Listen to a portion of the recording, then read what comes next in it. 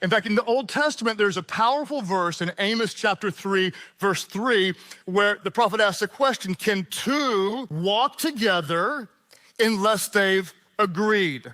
Can two move in the same direction? Can two build a life on unequal values, on incredibly spiritual differences? Because I promise you, what you believe spiritually will impact every area of your life more than anything else about your life. Your spiritual foundation will influence how you parent. Would you like to parent with totally different values? It'll influence what you think about money and material things and your generosity strategy.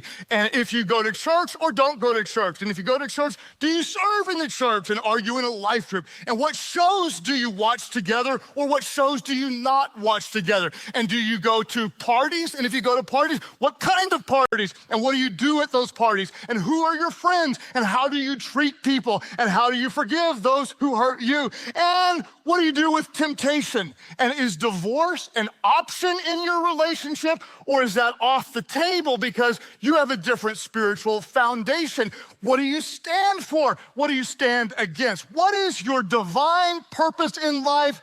Why do you exist? If you have a different spiritual foundation, how can you walk in the same direction when you have different values? In fact, I would say it this way, not in a critical way, but in a sincere way. If he or she is not passionate about God, it's going to be so much more difficult for him or her to love you in the way that God intended. God is the one that moves our hearts. And so I would just say to those of you that are committed followers of Jesus, my suggestion would be, don't give them your heart if God doesn't have theirs.